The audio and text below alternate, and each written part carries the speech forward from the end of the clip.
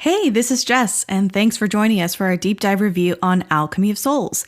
My guests and I actually had a lot to say, and we ended up recording a 3-hour-long episode. Instead of cutting it down, we decided to release it in 2 parts.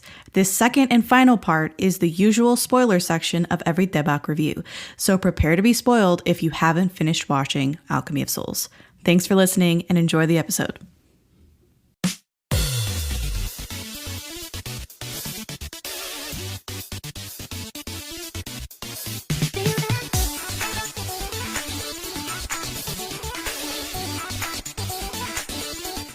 All right, we're on the other side of spoilers, guys. Everything is on the table, so if you have not watched Alchemy of Souls and you don't want to be spoiled, then pause this and come back to it after you've watched Alchemy of Souls. If you've gone through this 30-episode journey with us, then stick around. We're going to have some fun. So, I guess we should talk about the character that we see first, and that's Naksu / Buyeon / Toyoung. So many names. Yeah, so there was a lot of names. They threw a lot of stuff at us. Yes. I think that some people online were saying that Naksu didn't need to be kick-ass. That's not her arc anymore, because considering how she started the show in episode 1, she was this like female assassin, very mysterious, very hard, and then by the end of season 2, she was not. Right. They were saying that's not her arc anymore. The story was always about Jang-uk. And I disagree 100% with that. I don't agree with that either. There is literally no story without Naksu, or whatever you want to call her. Right. There is no Jang-uk without her. Right. So I feel like they dangled this bait in front of us in episode 1, this incredible, tragic, powerful female assassin, probably a heroine if we give her enough of a chance to, simmer in this plot and get going. And I don't think it's too much to ask that she swing a freaking sword at least once in season 2. So, I think a lot of people were either okay with her being so, how do I put it? She just didn't fight physically. Yeah. Yes. They were okay with it. I don't think I am okay with it. Did you guys have any feelings about that? Yes. I had a lot of feelings about. Okay. Yeah, go for it, Naz. I did not. Yeah, I didn't enjoy the direction that they took her character in part 2. I just thought it was a missed opportunity with her, as well as like the other female characters in the show. I feel like it was a really missed opportunity to show like strong females like in power and in leadership, and like in part 2, like, yes, it's not like in part 1 in which she had no power. At least in part 2, she has power, but she completely lacked depth. Like, to me, like, she had no depth to her. She was just kind of ditzy and kind of like kind of leaning on her looks, and I just didn't really enjoy that. I was like, what happened to you? I was just very confused at how she ended up that way. So yeah, it was a lack of depth for me that caused me to kind of be disappointed in her character a little bit in part 2. Yeah, compared to her in part 1, where she's pretty formidable, like, even though she doesn't have her powers. Ori, did you have anything to add to that? Yeah, I'm coming from a different side, a different angle on this one. Okay. That first scene is definitely one of my favorite scenes, when she comes on the scene and her and Park Jin going back and forth. Yeah. Such a good scene. Yes. I think for me, my understanding, and I know you guys probably felt the same way, but I guess I just thought that this is what Naksu would be like if, Jinmu didn't come into her life and everything that happened in her with her dad and stuff. Like, this is the girl she would have been. She would have been docile. She would have been like this personality. And this is before she got her memories back. So memoryless person, I was like, okay, I feel like this is how she would be in real life.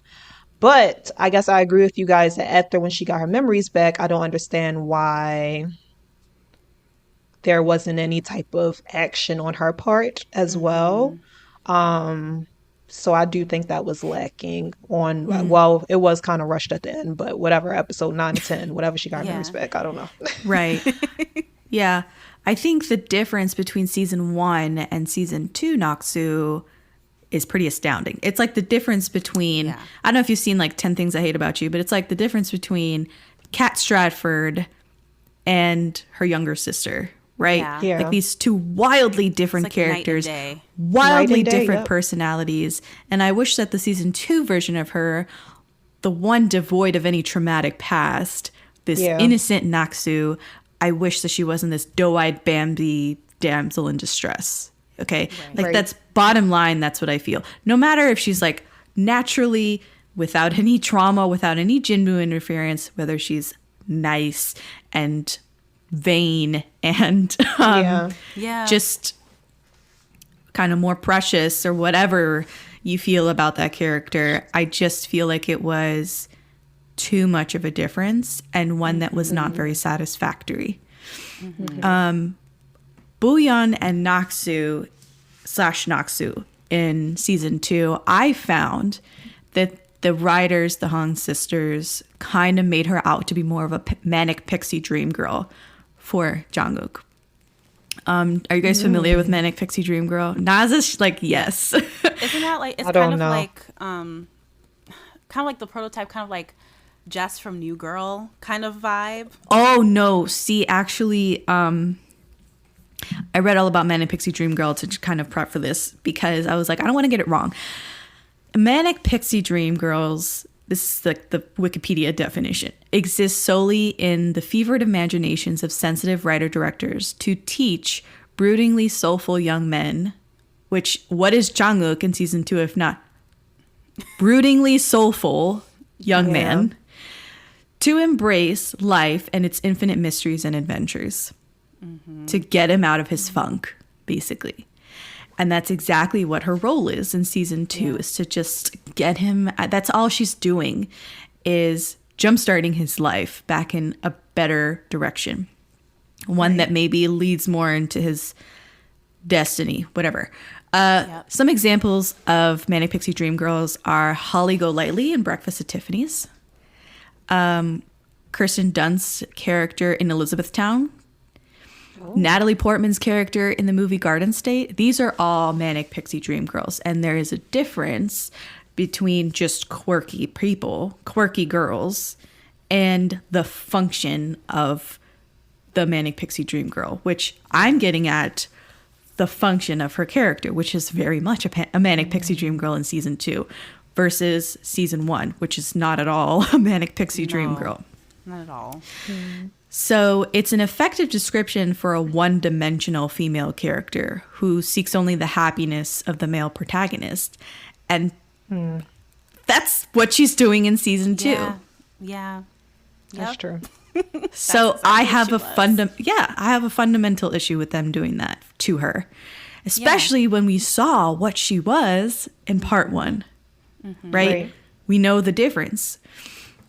Something else that I disliked about season 2 was the mistaken identity trope of Booyeon. Everybody had face blindness. Yeah. Thinking, well, I'm also just zeroing in on Booyeon thinking the crown prince is a eunuch for the majority of the show. It went on for so long. It felt so hammy. Too long, yeah. And then they did a 180 and decided to do here. It was a 180 compared to season 1. In part 1, they had Mudok like running circles around the crown prince. You know, she was subversive and manipulative and intuitive to what he needed to hear or how he needed to feel, since he has this insane self-importance and superiority complex, as well as an inferiority complex to Jungkook. And in season 2, she's like devoid of any sense. She has no common sense.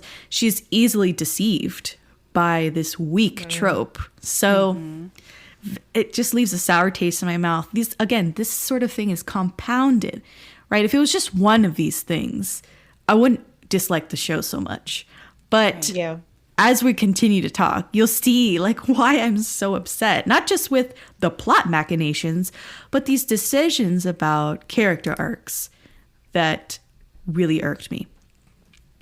And then these are some Wait, Jess, yeah. What's up? before we move on, I think I just want clarity. I'm over here by myself on my island, but I just want clarity from you guys as far as Naksu goes. Y'all just wanted more depth from her character in part two. Like, y'all felt like she was one-noted compared to part one. She had different sides to her and more complex. That's what y'all are saying. Yeah, for sure. Actually, let's jump to the ending, I guess, of her character. How do I put this? So she turns out to not be like the soul that she has is Naksu's soul, but I'm still confused, actually. Who knows what that was? Her body composition and the sleeping soul that's within her was Bouillon. Bouillon turned out to not be an individual person.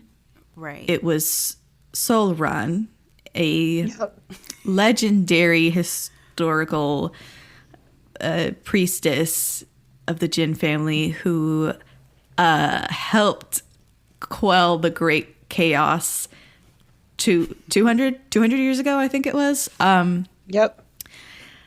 Do I have that right? Yeah. Yeah, I was thinking because Bouillon died during like invert childbirth, like stillborn. Like she never, the Alchemy of Souls didn't bring her back to life at all. Yes. So in episode 9, Master Lee is talking to Lady Jin, and he suggests that in using the ice stone to give life to her obviously dead baby, she carried Bouillon for like 13 months.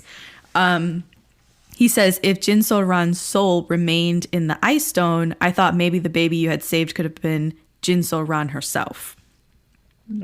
So not only do they negate an entire character, they just yeeted an entire character out of the storyline.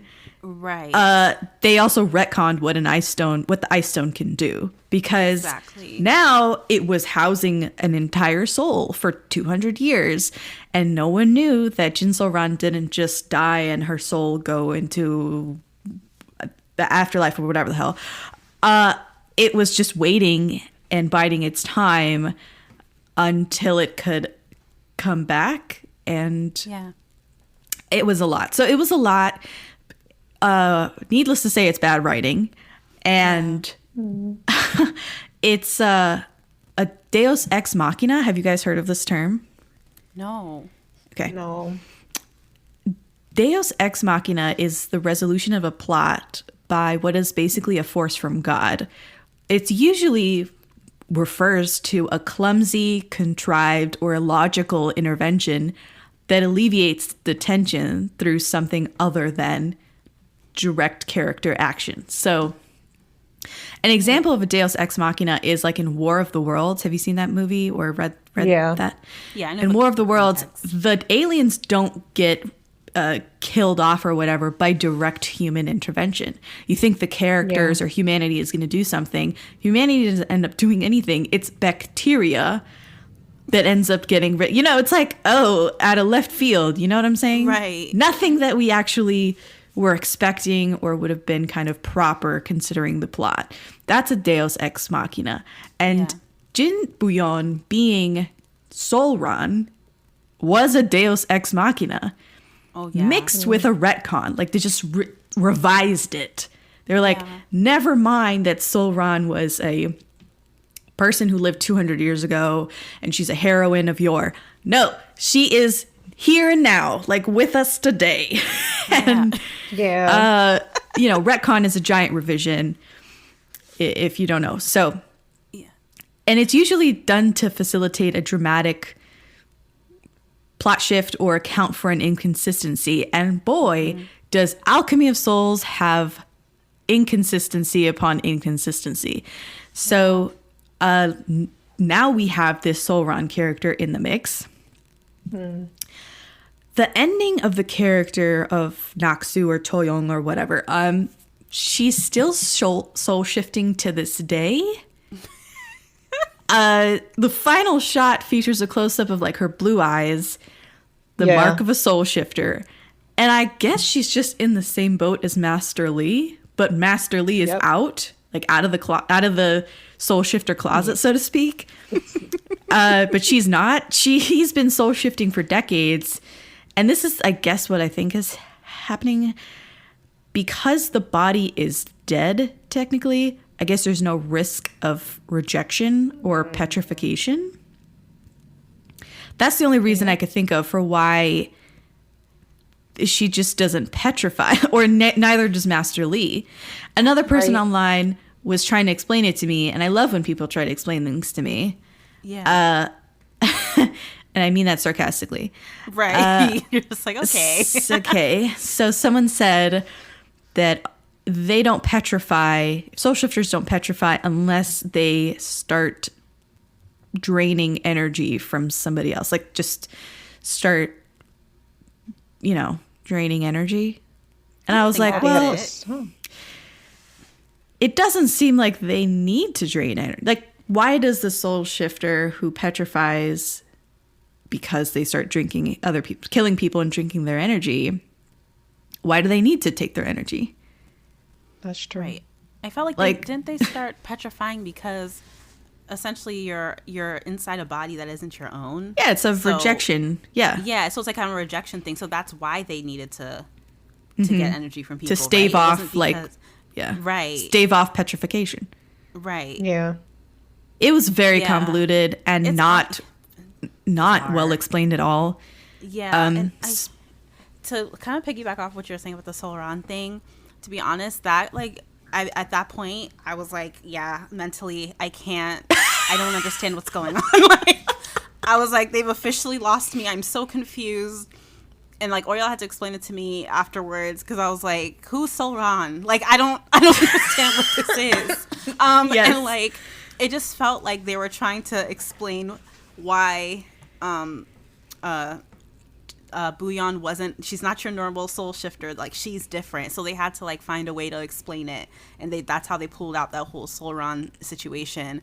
But even at the end, you're like, okay, but how is she still a soul shifter? How I don't understand how she's still just roaming the earth. Even Master Lee, I'm just like, why are you guys the exception? I don't understand this. Right. I'm so confused. You said it all. Why? And God. Okay, so there's that. I'm just gonna say there's that and move on to the next thing. So in the epilogue, people are still calling her Booyeon, and I'm wondering why didn't she set the record straight and say who she is and what she prefers to be called? Because during their wedding ceremony, she clearly was like, well, I want to be known as Choyoung, what my parents named me. Mm-hmm. Yep. First, okay, fine. So Naksu, the persona, was never vindicated. And that's a huge issue for me. Only a select few characters understood what the hell happened. And I think that's a misstep. The show had a running theme of us versus them when it came to the young adults characters, the young cast, the students, and the mage leaders and the sect leaders. They never did bridge that gap. And the wrongdoings and the misunderstandings caused by the Alchemy of Souls and the evildoers of sorcery was never handled. You never get a reconciliation in a way for this older generation doing things to the younger generation in the show. And you never get Naksu, that character, getting redeemed, which I feel is very important. We started with Naksu. We started with this assassin. She's dealing with her trauma in a way that's very destructive. And she has a clear job. She's killing these mages who they thought were just mages. In fact, they were soul shifters. That's another sort of retcon that they did there in the plot. Well, she's not just killing mages left and right. She's not random mages. She's killing soul shifters. She's a cleaner. She's cleaning up after this cult. Yeah. So fine. Yeah. After that, towards the end, I wanted Naksu, that persona, whether she is feels like she needs to stay with the Booyeon persona, whatever. But the Naksu, you never get like some sort of resolution for that character. It's just kind of like, okay, we're done with Naksu, and we don't have to return to why she was doing things. That Mudok didn't just start offing people in the finale of part 1 just because she went wild. It was all due to the machinations of Jinwoo and that whole badly written ending. You know, it never, the truth never comes out. Right. And that bothered me. Did you guys feel any sort of way about that? You wanted like everybody to know what was going on, because I thought it was resolution with her and at least Ook. Like they both knew what was going on. Jungkook and her were the only people basically. Yeah. And Soyul. Yeah. Knew everything. And and actually Soyul kept stuff from Jungkook. Which we'll get into as well. True. Like even until the last episode, the truth is not 100% out there. And I feel like that's weird. It's a weird choice. Yeah. Yeah. I agree. I didn't think about that when before you said it, but yeah, Naksu doesn't, in my opinion, she doesn't get like a true, I don't know, I guess the word is like, there isn't like public acknowledgement or like justice for like what happened to her. Yeah. So it's kind of like, you know, okay, well Naksu's gone now. Yeah. But then at the end she's not. Yeah, so she's then not. you're like, well, okay, she's still here actually. Yeah. So I don't know, but yeah, you never get that full acknowledgement of like, okay, like she was raised by a monster and she was being controlled by bells and, you know, all these things happened, you know, Right. but it was just kind of like, okay, it's like the character Naksu was just kind of used, and then we're using your body. I was like, okay, bye Naksu. Like, I don't know. Yeah. It was kind of like, it felt like to me. Yes, it felt incomplete, and it felt like the Hong sisters were also just using that character and disposing her when they were done with her, which is like, okay, but that's also what the villains in the story are doing. So you're being very villainous, Hong sisters, to this character. Let's talk about Naksu's sword. So in some early episodes of season 2, the sword reacted to her presence, and I saw endless edits of that on TikTok. But there was never a reunion with it, or even like an official, I don't need this sword anymore. It's not my sword anymore. It's changed allegiances or whatever. Like kind of like this language that's in Harry Potter where Ollivander says the same thing about like Malfoy's wand, where he's like, well, I've sensed it's changed allegiances and now that's Harry's wand. Fine, whatever. I wanted something to that effect. Not that exact thing, but you know, I wanted her to kind of, the sword means so much, right? Yes. It felt like it never got that sword back. Never got a moment with it. Missed opportunity. You could have wrapped up a lot actually with her kind of like, even just her sitting with the sword and thinking out loud and saying like, I've, you know, it has so much history. I've used it to do so many things and it's just not I can't pick it up anymore. You know? Yeah. That would have. She did.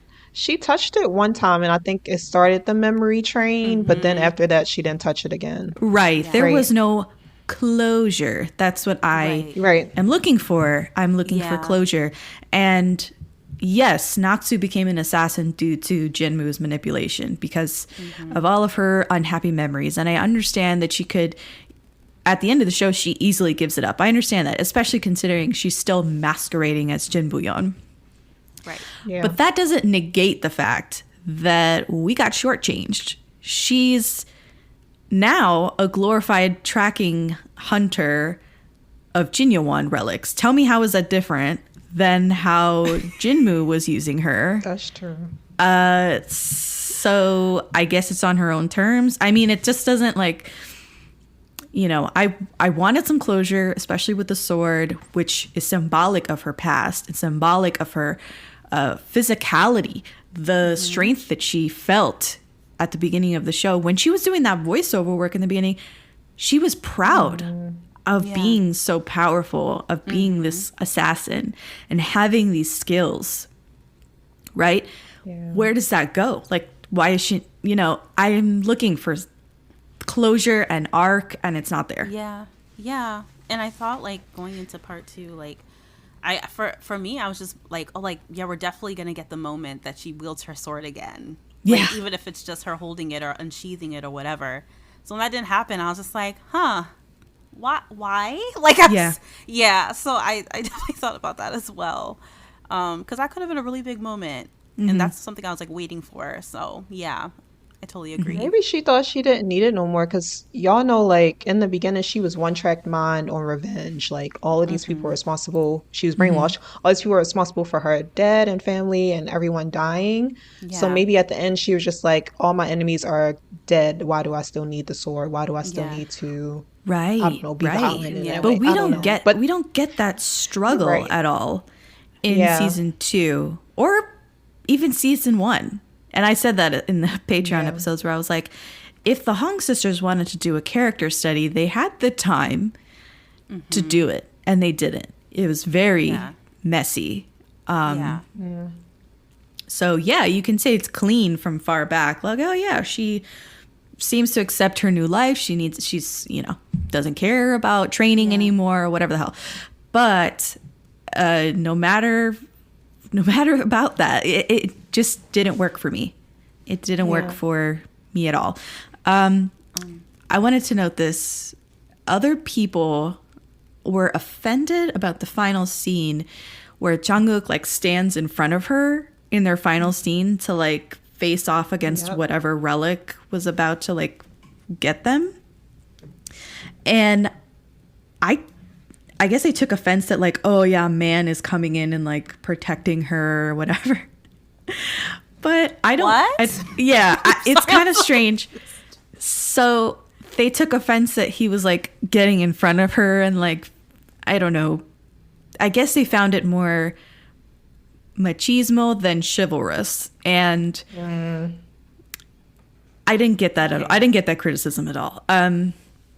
Yes, she's a fully grown woman. Man protecting you. Come on, right. guys. That's what I'm saying.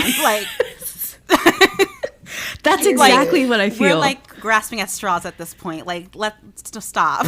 I love feminism. I am a feminist, but if a man wants to take a beating for me, I'm not gonna, Yes, go ahead and protect me. Yeah. Protect me, yeah. Yes. He's just protecting his lady, period. So we're supposed to just push her and be like, you do it? Like, yeah, like, you do it. They would have been mad if she was up front. They would have been like, why would he let her do that? Right. And then right after, he was just like, okay, like, yeah, girl, you got it. Like, but it's just like, so he's like, his first instinct is to protect his wife. Like, what? It's just getting. I was like, I didn't get that criticism. And I get a lot of criticism. But that one, I was like, that's a bit far-fetched.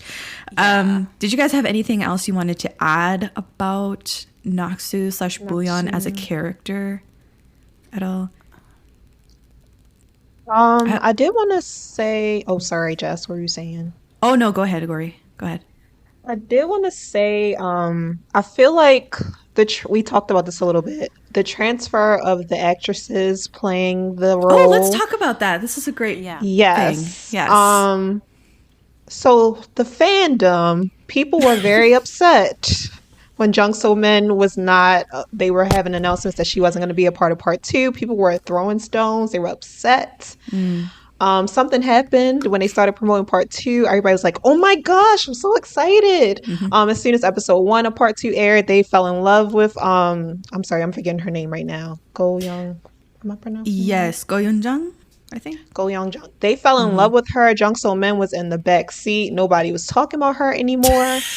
But I was just so confused by that. But I do want to say that she did a good job portraying, for me. The transfer wasn't as like crazy as I thought it was going to be. I think that she picked up a lot of Jung So-Min's traits for when, at least in part 1, when Mudok had those softer moments. I think she did a good job with that. Like, it was believable that it could be on a minute note the same person, even though they were drastically different. Yeah. Naz, did you have anything to add before I give my 2 cents? Just to echo what Oriel said. Yeah, it was very interesting just to see how quickly people changed their tune. And I was like, this can be so funny and just wishy-washy, because like it was like, oh my gosh, like how dare you get rid of Jung So-Min, and then all of a sudden it was just like, oh, like who's that? Like they just completely forgot about her. And they were like, okay, yeah, like Ko Yoon-Jung for the win, like, you know. And it was just really interesting to see how quickly people turn. I'm like, yeah, you guys, like, wait to watch the show before you, like, give your opinion, you know, because it was right when the news was announced that, you know, there was going to be an actress change. But yeah, I think for the character, going back to like what we were talking about with like the sword and everything, I think it's like not necessarily like she needed to like fight or whatever, but like I think just some sort of acknowledgement of her past. It was just kind of like, you know, part 1 she's in one person, part 2 she's a completely different person, and I just felt like it didn't converge enough for me. So I felt like it kind of left like, you know, like the lack of closure with the character. It was just kind of like I was watching 2 completely different people and like 2 completely different shows almost, because like, the characters were just so different.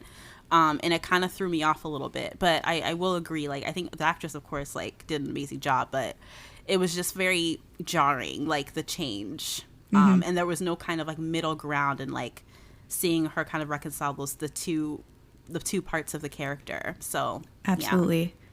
I agree with you 100%.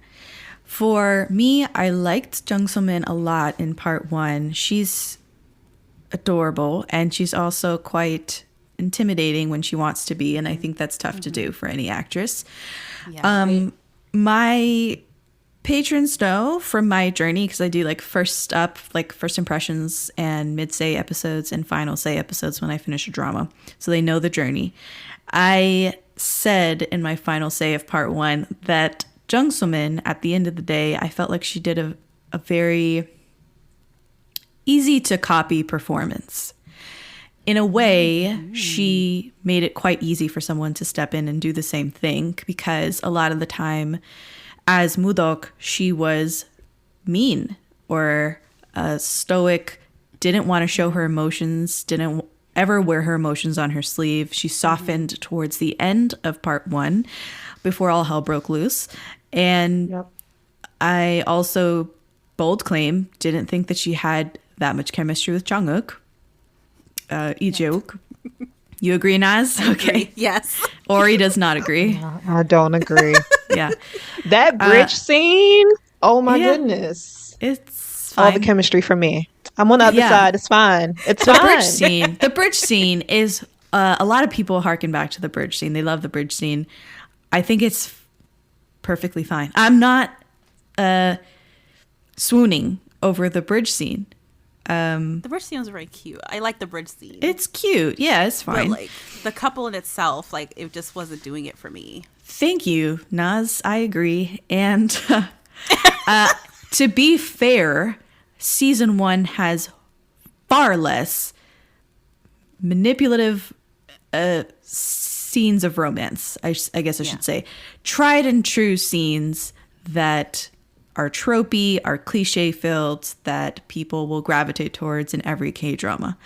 And so it was a more difficult job to establish chemistry, and not just that, a relationship that they would die for. That's what I'm looking for, is do I buy in to this couple who would die for each other? And my answer at the end of part 1 was, I didn't really buy in.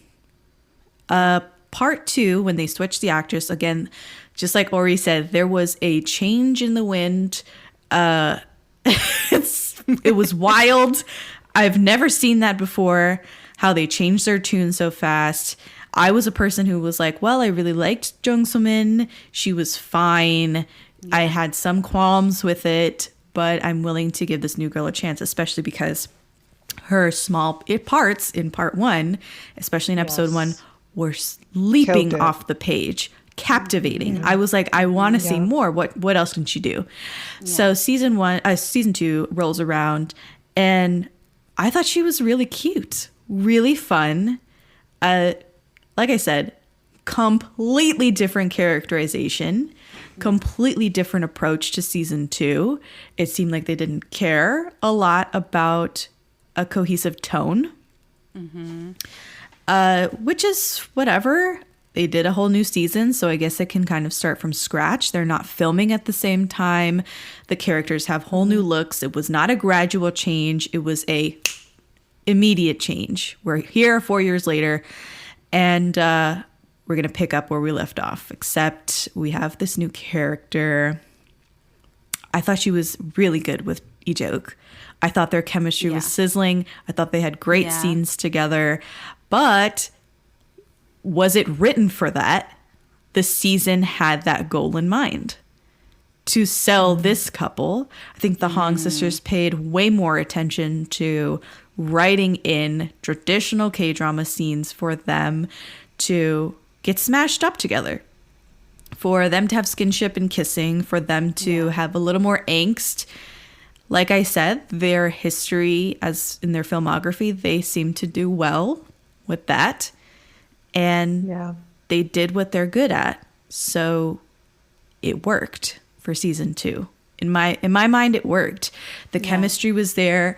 The relationship was good. And we can talk about that more, about them two together as a couple in season 2. But ultimately, I liked Ko Yoon-Jung as Boo-yeon or whatever. I don't care what her name is anymore. Right? I just don't care. So I will say that in season 2, I think in episode 8, Nak-soo sees a vision of Boo-yeon in front of the big tree, which is when she realizes my days are numbered. I've just been a vessel of energy for Boo-yeon to regenerate or whatever. Yeah. And Boo-yeon is basically like the little girl. It's a little girl, blindfolded little girl. And she's basically like, oh, darn it. You woke up before I regenerated. So now this is going to really suck for you. Why is Boo-yeon a little girl? I didn't understand that. I didn't understand that either. And even Cho-ron was a grown woman too, so it doesn't make any sense. That made no sense. It took me back to a scene in part 1. Remember when Jungkook almost was like his soul was almost ejected from his body in part 1? Yes, that was episode 7. Yes. Why do I remember the episode? I don't know, but episode 7, part 1. Yeah, and he was like in the orb or whatever. Yeah. And everything's spinning, and like well, now that we know who it is, it's Boo-yeon, but like in her original state, like she's blind and everything, but she was like Jung So-Min, like it's Jung So-Min blindfolded. Right. Tell me why in part 2 it's not Jung So-Min blindfolded. Right. So then I was like, well, then like why is it a little girl? Why isn't it Jung So-Min blindfolded? Because she is Boo-yeon, Moodok, like they're the same person. So I was like, why didn't they just have her character come back as, Boo-yeon? Because she's the true Boo-yeon. Yeah. But I was like, why is it a little girl? I was confused. It's frustrating. So why is there a blindfold? Because we just established that Boo-yeon never made it. Like, she was never blind. Do you know what I mean? Was Sol-ron blind? Oh, you're saying that Boo-yeon was never blind? Do we need the blindfold for that person? Because Boo-yeon was never born, you know what I mean? So they made it seem like Boo-yeon was blind, blah, blah, blah. Even when Sol-ron came back and was like being her as a child or whatever, why was she blind? Do you guys get what I'm saying? Oh, why was the character just blind, period?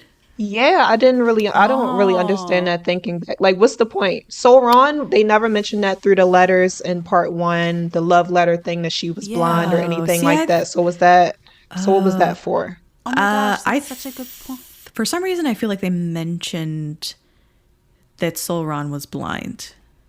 Oh. Don't ask me where they did this, but okay. I was not surprised when Sol-ron was also blind. Oh. Okay. That sounds familiar. Yeah. Because like they used her that ice or whatever to bring Boo-yeon back to life. So I think that's what happened. Yeah, I was like, wait a minute. Yeah, I think that's what happened. Yeah, so that was an issue for me because if they were going to bring Jung So-min back for any reason, it should have been for that logical reason, if only to just have the apparition of Boo-yeon / Sol-ron or whatever the hell be her. Right. Especially because in season 1 it was her. Exactly. So I'm like, I thought they were going to have the same imagery, but I was like, why is it a little girl this time? It made no damn sense. In episode 7 of season 2, they badly explained that Boo-yeon slept with Jang-uk, and she's just somehow absorbed all the colds that like pervades him and the household because of the swarming wraiths. And like, how, like, why, how? So far in the show, she can only see energy. Well, why can she do this other thing? Like, without even meaning to, she's absorbing cold energy or something. Yeah. So, I guess this leads into my last point about her character, is that we saw no growth as far as her learning how to harness these priestess powers. And I feel like that's a miss. In season 1, she's training Jang-uk the whole time. For the majority of the show, she's hounding him. She's making him go through these trials and fights with other people and a lot of trial by fire. And she's just very adamant about his training. And in season 2, she just inherits these powers and just knows how to use them, even though she's obviously struggling. She's like, yeah, I can only see energy. Yeah. But how does she get from point A to point like C and E and like I it's not working for me. It's just connective tissue that's missing. Yeah. So yeah. And even at the time she was a little girl, she was like already so incredibly powerful. So it's kind of like, yeah, I felt like I didn't see that when, you know, in part 2, because like I feel like, again, it was a missed opportunity, because even as a little girl, she was like so powerful, and she could do so many things at such a young age. So, right. Talking about Solran though, if the Firebird's awakening was always going to happen, I'd love to know why Solran was just gatekeeping that info and only telling us in the last episode of the whole show. I mean, this to me screams that the Hong sisters had no clue how they were going to finish the show, how they were going to end it. And they just pulled out a Firebird out of their asses to me. Because I would have loved to have seen, like, the whole part 1 is them learning together at the school, whatever it's called. I forget its name. Jojinggok or something. And they're learning together. There's mages everywhere, students. And tell me why we couldn't have inserted a few Firebird references to at least give us some foreshadowing. And like, you know what I'm saying? Like, what would that have cost them? Out of nowhere. Yeah, it came out of nowhere. Left field. But then also, like, the Firebird ended up not even being a big deal. So that was resolved hysterically quickly. Like, I was like, what happened to the doom and gloom destroying the entire planet? He was like, the Firebird was completely knocked down it was very easily. And I was like, super easily. What happened to the prophecy? Like, I was like, what? Right. I mean, the Firebird egg, the egg itself was propping up all of Jinyowan and all of the relics in there in this cave system that was in the Jin household. Tell me why we didn't know that until season 2. We were in Jinyowan in season 1. Right. Like, they could have just passed by the egg. Right. In that part where they, like, the mirror thing where she gets stuck in the mirror and they have to go save her. And, you know, there could have been a warning, like, don't touch the egg or something. Don't even, like, if you see this egg, it's important not to even freaking breathe on it or whatever. It could have been just that. Yep. And then the egg comes back around in season 2. The Firebird, so to speak. Lots of ways to fix this and make it cohesive and follow basic writing rules. But anyway, that's it for my thoughts on that character of Naksu / Boo-yeon / Cho-young / Solran. Yeah. So many people for one person. It's ugly. It's like ugly writing. You know what I'm saying? Yeah, it was too much. It's ugly. I was personally overwhelmed. I didn't. By the end of it, I was like, I give up. Like, I'm not gonna understand it. Yeah. I just made peace with that. So let's talk about the chemistry and the relationship between her and Jang-uk, and then on the other side of this, we'll get into Jang-uk. So, Yeah. quite an interesting thing for Jang-uk to fall in love with Nak-soo again, even though she shared little to no traits with Moo-duk. Right. Moo-duk was very fierce, merciless. She pushed him to be better, to train harder, to rise up. And again, like I said, she softened ever so slightly towards the last couple of episodes in part 1. Moo-duk was incredibly guarded. And she was not this sort of easygoing, clueless girl who just wanted to be free. She wasn't love-struck. She wasn't so open with everybody around her. She didn't wear her heart on her sleeve. And that's who he falls in love with in season 2. I don't know. I don't know what that says. If it's good writing or bad writing, or if you just want to chalk it up to fate. Opposites attract. I don't know. I don't know if I liked it.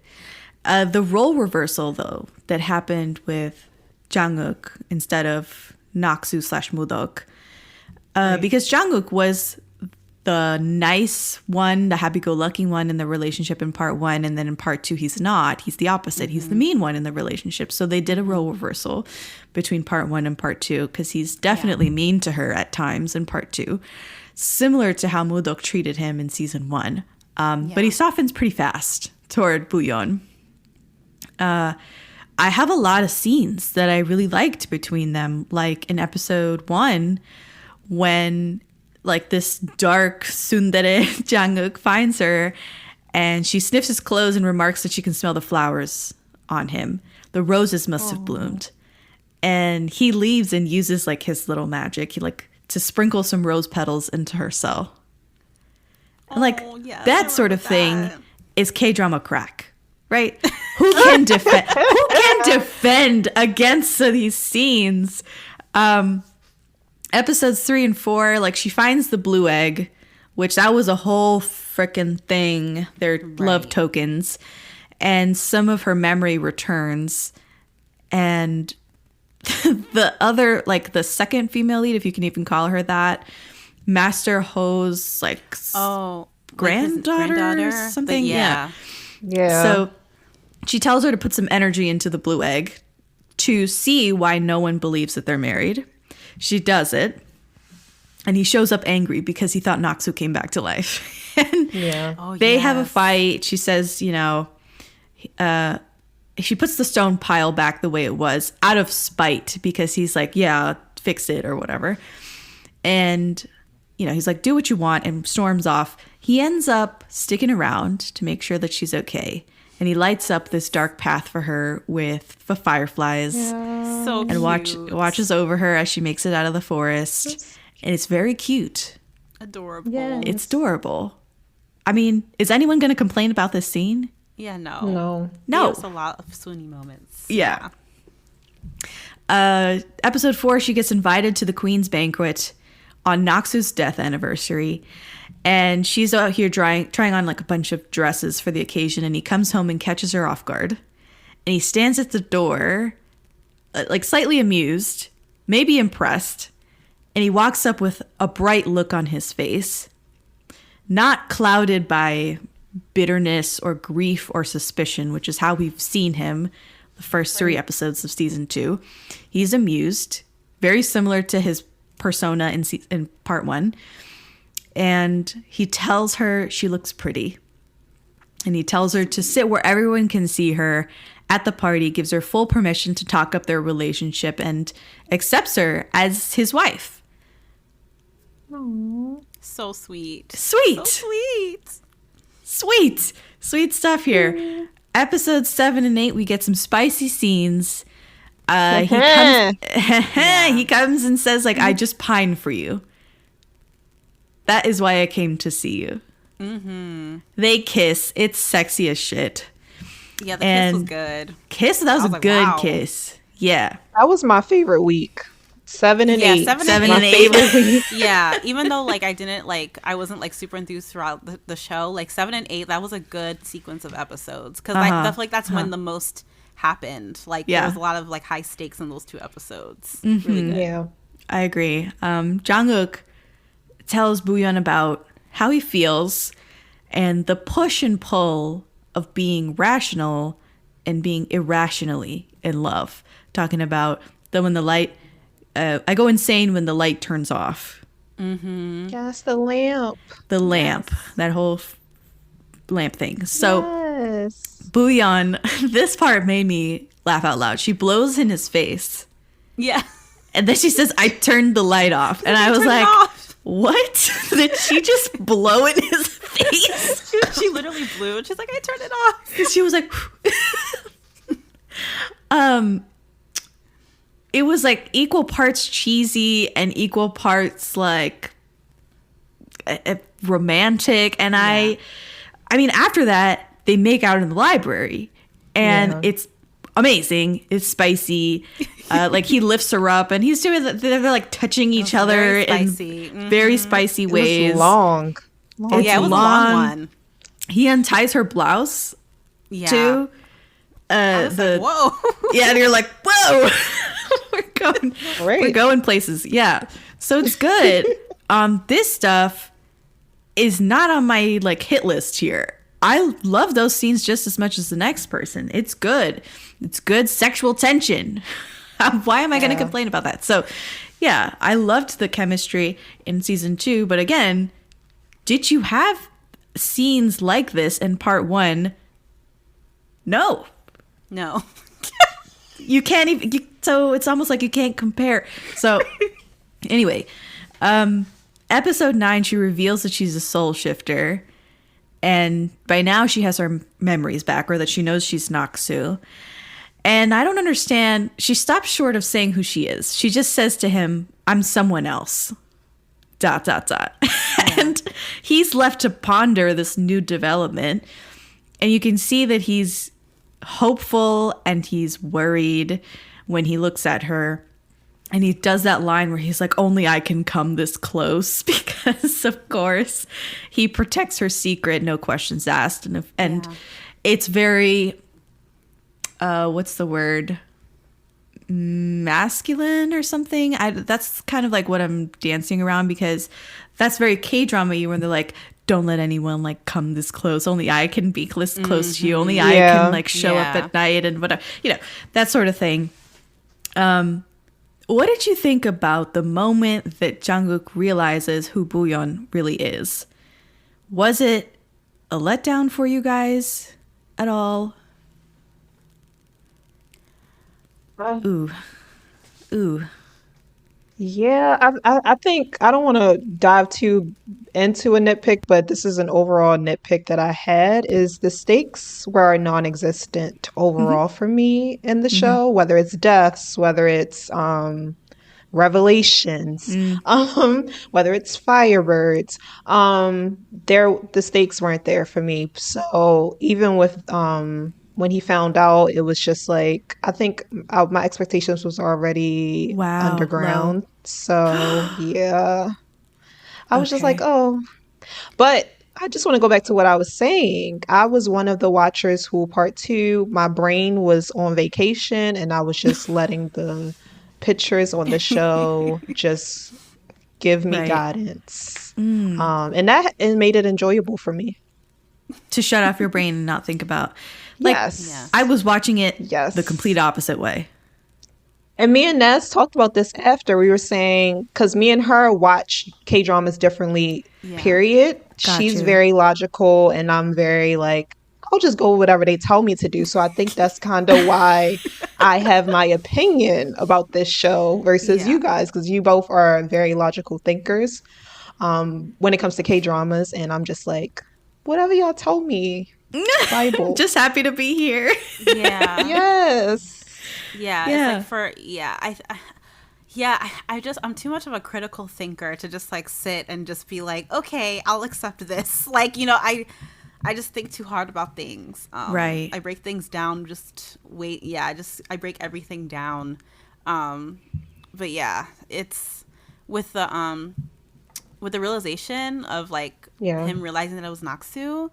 I don't know. Like, again, it was kind of a letdown. Kind of what y'all saying. Like we were talking about it, like how like yeah, the show had like, it was like low stakes, but I was like, yeah, it's like no stakes. Like, you know, like, and I feel like they were trying to like, you know, fit all these things in the end, and like, oh, okay, oh, it's Naksu, okay. It kind of just felt like it was so rushed, and again, they had 10 episodes, and I felt like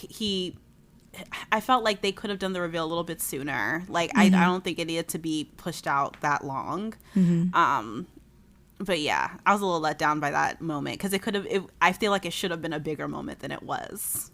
Yeah. I agree to a certain extent. I really do. I think it should have been a bigger, more intense, more revelatory moment. Instead, it was very like a downer. It was a downer, but we wanted it to be more of a downer. If you feel me, like I felt a little bit of angst, but not as much as I wanted because, you know, this moment has been built up in our minds and in the characters themselves for so many episodes, and I don't know, they seem to have fumbled that as well. Yeah. So let's see. Boo-yeon calls him to their tree in Danhyang-gok after implicating him at the unanimous assembly. That was like a whole freaking mess that was convoluted as well, but essentially she tells him that they can't play dumb, they can't feign ignorance, they gotta face this thing head on, they gotta kill or each other or something, or watch, he has to watch her leave Boo-yeon's body. And I'm not sure why he has to kill her, because she was the one who was like, I guess he has to kill me. Other than she's performed sorcery, she's performed the Alchemy of Souls, so I don't know. It was very weird. And they end up at their shack and they do like a mini makeout session. It's juicy stuff. He kisses her eye, which everyone swooned over because it was as if he was kissing her soul. Very romantic. Got no qualms about that. Episode 10 rolls around, the final episode finale. Master Lee comes in and decides to take responsibility for his part in this fiasco of a story and their present predicament that they're in. He says they should have a wedding, informing not just those around them, but the skies, that they cannot be torn apart. So I'm assuming the skies equal the heavens, fate, whatever. They seem to, because their power comes from the skies, it seems like they worship the skies. I don't know. It was kind of like, maybe I was reading too much into that, but he talks about at their wedding ceremony, which is beautiful. They're in a flower-filled glade, and Master Lee talks about Naksu's different identities and how she was born Cho-young and became the assassin Naksu, masqueraded as Mudok and lived as Boo-yeon, and she chooses who she wants to be. She chooses her name. The name her parents gave her, Cho-young. This is when a larger theme of part 2 comes into play because Master Lee says, Uk and Young, their names. Your name means light. Uk means light.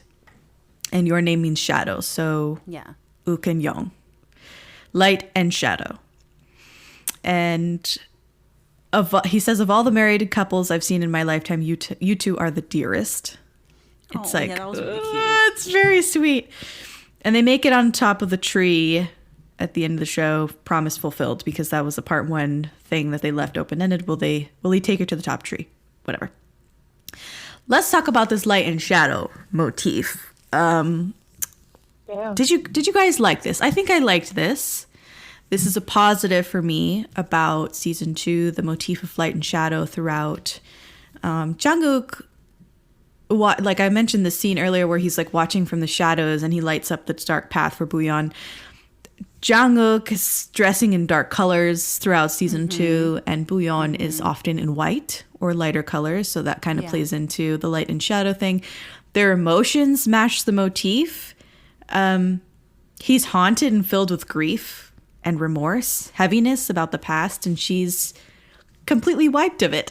She's free of the past. Yep. Yeah. She's light. And in season 1, Jang-uk is the more carefree character, and Mudok / Naksu was the one that was guarded and harsh. Jang-uk in season 1 was Naksu's light. And in season 2, it's the opposite. It's juxtaposed. Again, the season 1 characterizations and their emotional states.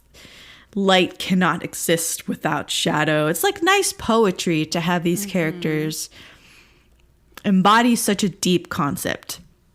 Yeah. How did you guys feel or interpret the light and shadow thing in the show? In season 2, I should say, because part 1 did not go so far as to create a motif of that magnitude. Definitely didn't have a theme. Yeah, I think the light and shadow thing, I like the concept of it, and like the way that you broke it down. I'll be completely honest. That was something I went over my head, so I wasn't like, I was like, light and shadow, like, you know. Again, I think it's something that when you, in retrospect, look at the show, you're like, okay, I see light and shadow. But at the time when it was during the wedding, and he was like, you're light and you're shadow, I was like, okay, that's the title of the part 2, and I wasn't really like thinking about laugh like, at her, how it like, you know, played a role throughout the whole thing. And again, I mean, clearly I was struggling throughout part 2, so I was struggling throughout the whole show, but yeah, like, confusion is like something I struggle with, like when I watch things that are too complicated. Oriel knows, so like I was just trying to get like the, you know, the big picture things. But I love the way you broke that down, because now I'm thinking about it, I'm like, oh yeah, like, you know, she's the light and he's the shadow. Like, that totally makes sense. Like, I get it. But at the time, I was just like, oh, that's nice. That's nice. But yeah, so thank you for breaking that down. Got any thoughts, Ori? No, I agree with everything you were saying. I love their use of the light and shadow. I wish there was also a theme for part 1 as well. I don't know, was that colorful one? I don't know, the seasons. But yeah, I thought even with the supporting characters and stuff like that, their emotions for the first half or whatever, 8-9 episodes were very dark, and then they started to get lighter as well. Yeah. So yeah. Yep. Mm-hmm. Yeah. For sure. We got some good lines here when Cho-young leaves Boo-yeon's body. This is so confusing, y'all. Like, I can't even like deal with it. How am I doing, guys? Straight. Oh God. Okay, you're doing really good. You are. Okay. Thank you. I'm trying really hard. I'm using all my brain cells here. He says to her, fate was not what brought us to recognize each other at first sight. We lightened up each other's lives when we needed each other the most. We embraced the shadows that came with it and chose to love each other. That's precious. And he does summarize their entire relationship as well before that, which is great. Just in case you forgot, he says, my birth led to your father's death, and then you killed me to avenge him, which is not quite accurate because, again, he doesn't know about the bells or anything. Right. So he's wrong. Like, anyway, we'll just talk about that in a second. But we're gonna let that go and talk about. Wind. Let's talk about Jang-uk. Let's talk about his character. So Jang-uk needed Boo-yeon to remove the ice stone and commit suicide or give him peace in a way. It reminded me a lot of Goblin with the Goblin sword in Gong-yu's chest. Only the Goblin's bride could remove it. But of course, like, that's good. Right? Didn't it remind you of it? Maybe it was just me, but I think you guys agree. I didn't even think about that, but no, that's genius. Yeah, that's really good. Both couples fall in love, and it's difficult to remove this supernatural thing from the man because it will kill him. So, just a note on that.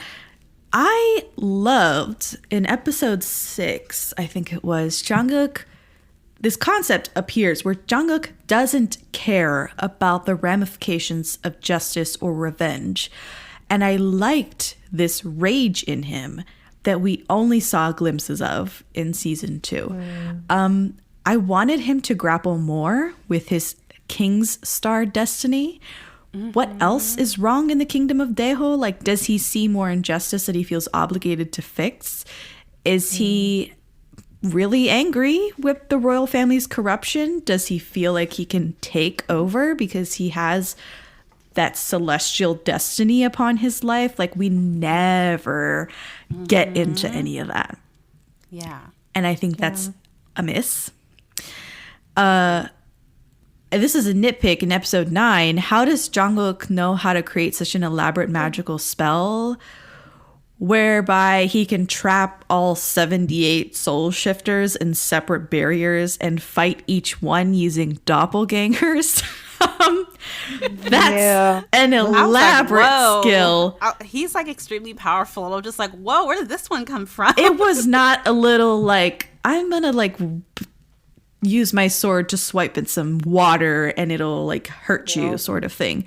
That was a way more elaborate magical skill that we had never seen him employ. Yep.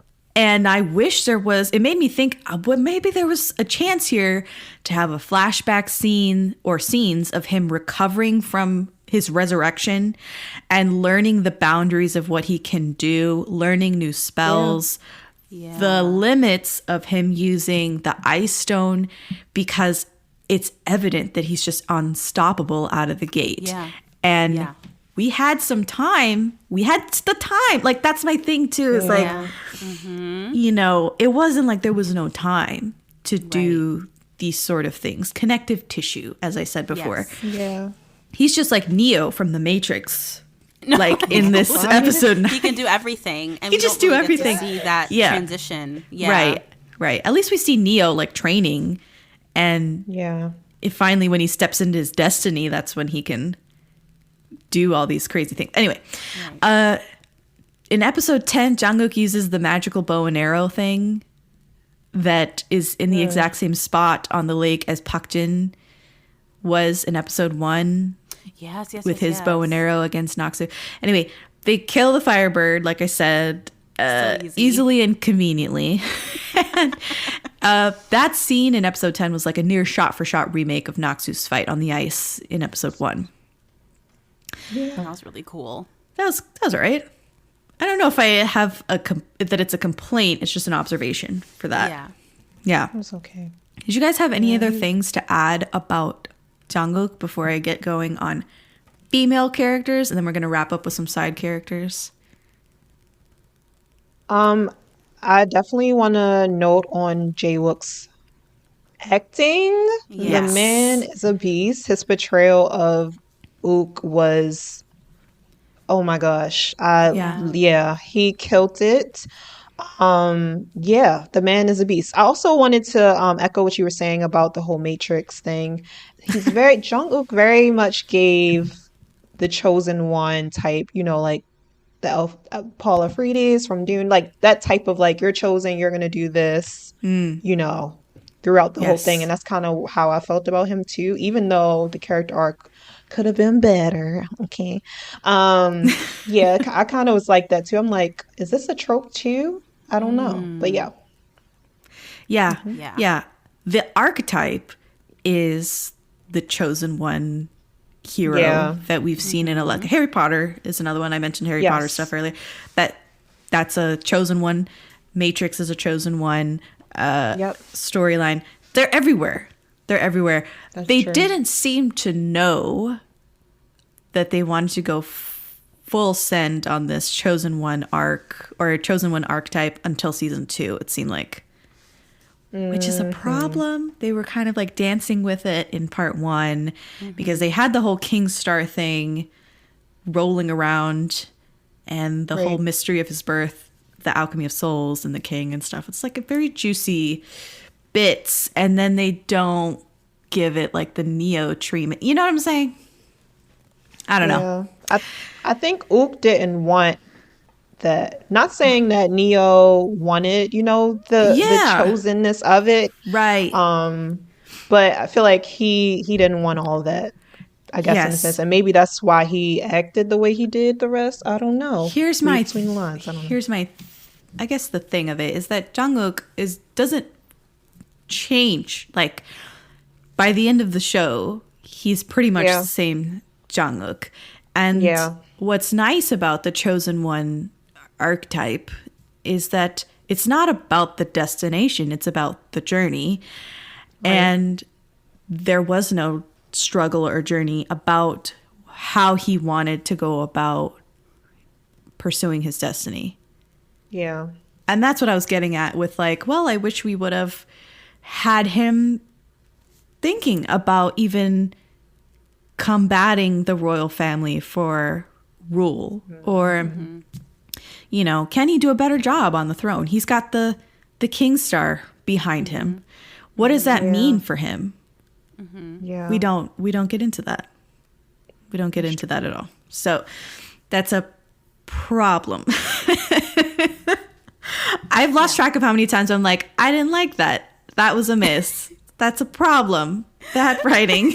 Problem, capital P. Yes. I've lost track of that. So let's talk about another problem. Female characters in this show. Do you guys have any notes? I wanted to say something about Jung-uk. Yeah. What's up? Yes. And I just wanted to echo what Oriel said. I thought EJ Wook did an incredible job, and I feel like his acting performance is what kept me like engaged in the show. Like, I think he did a incredible job, and I feel like he showed so much versatility between part 1 and part 2. And even though he was a little bit darker and more brooding in part 2, you could still see that it was like still him deep inside of there. It's just he's wounded, and he just needed a little bit of help. But like he was still in there, and he did a great job portraying that. Yeah. But I also agree with what you're saying about how like the whole just royal aspect to him, and like the King Star, I feel like it was largely untapped. Like they kind of talked about it a little bit, like, oh yeah, I was born the King Star, like he's the other one that was born under the King Star. But I wish we could have seen a little bit more about like that, because I know, like, I think it was pretty clear that like Book wasn't like super interested in like being on the throne or anything, but I wish that we could have seen like him have that conversation with himself about like, okay, like what does this mean for me? How do I feel about, being born of the King Star and my lineage and all that stuff? So I wish you could have seen a little bit more of that. Yeah. Yes. So the ladies of Daeho, I was just disappointed in the way every female character was done, characterized. Choyeon, let's talk about our spring character here. She was never depicted fighting. She doesn't walk around with a sword like the other boys do. Her Jin family heritage is supposed to make her powerful, but we never see her do that, experience that, tap into that. Even in the finale sequence, she's over here cleaning up the waterways of Firebird statues, and meanwhile, all the boys are off fighting. That was very much of a letdown. Her mother, let's talk about her mother, Ho-kyung. She was a leader, but so often misguided and intimidating in a negative way. Yeah. She was not a good mother, not a good friend to every other mage who was of her ilk. While every other aged mage, old man magicians or whatever, mages in the show, all of them were getting on just fine with their powers in their old age. Meanwhile, hers are diminishing for whatever reason. Why are only hers diminishing? I don't know. Why is she the only elder in the unanimous assembly who has to fight to keep what is hers? Right. I don't know. Yeah. It's a problem. Even the other powerful female character touted as one of the most powerful priestesses ever is taken off the playing board. It's not a separate character. It's Sol-ran. Yeah. Again. So we don't even get to see another powerful female. She's a relic of a different time. A ghost of Christmas past, if you will. So we don't even get to see her in action. We just get one scene where she's, what is she, like in front of the basin in that room.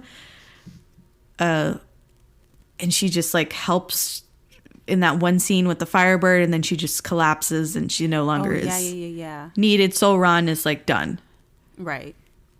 That is plot device. Like, that's how you create a character to be a plot device. And that was annoying as well. Maidservant Kim, let's talk about her. She's extremely motherly and lovely and just wonderful throughout the show, but she's a sitting duck. No powers of her own. She's a liability, as a matter of fact, by the end of the show. Who else? Sully, her character, and how they could have turned her into something more. She gets offed. The queen is a freaking issue. Yeah. I mean, every single female character on top of the Naksu persona, every persona of Naksu that we've talked about earlier, is just done so dirty. I have so much to say. Go for it. Naz, jump in. I'm cracking up. She called Maidservant Kim a liability. I was like, she's a liability. She's in distress.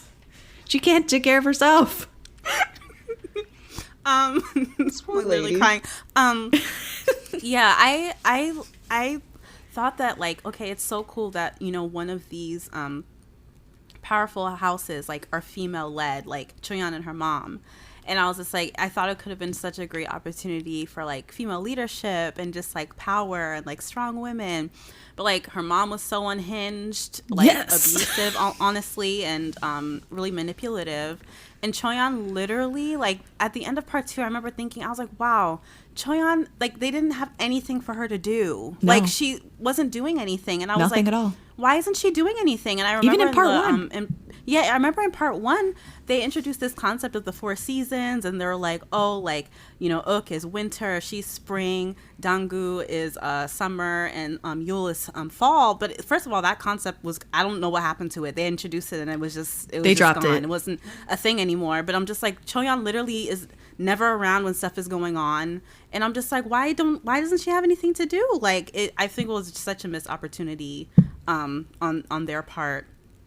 And yeah, but I absolutely adore Maidservant Kim and how much she loves Jungkook. Like, she's so loyal to him, so loyal to him, and she's just like the sweetest thing. But I remember being confused as to why. I don't know how she ended up helping Ho-Young with the whole Jin Yo-won collapsing thing. I was like, how did you get here? Why are you here? You can't do anything about this. She can't do anything. Why is she in the cave? You don't have powers. Like, get out of there. Like, I was so confused. I was like, leave this bitch and get out. Wow. She's like, we can't get out.